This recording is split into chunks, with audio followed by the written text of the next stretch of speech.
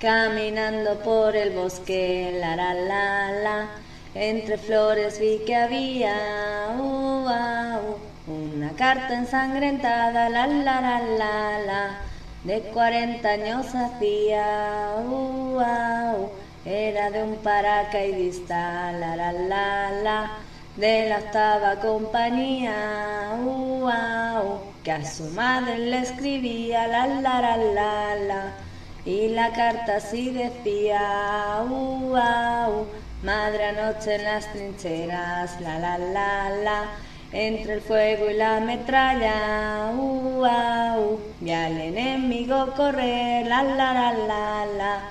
noche estaba cerrada, apunté con mi fusil, la, al tiempo que disparaba, y una luz iluminó, la,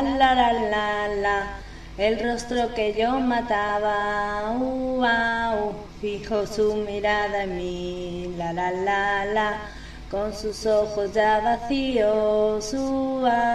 sabe madre a quién maté, la, aquel soldado enemigo,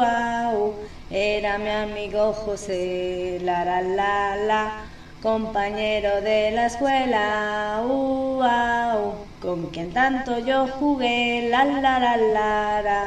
a soldados y a trincheras,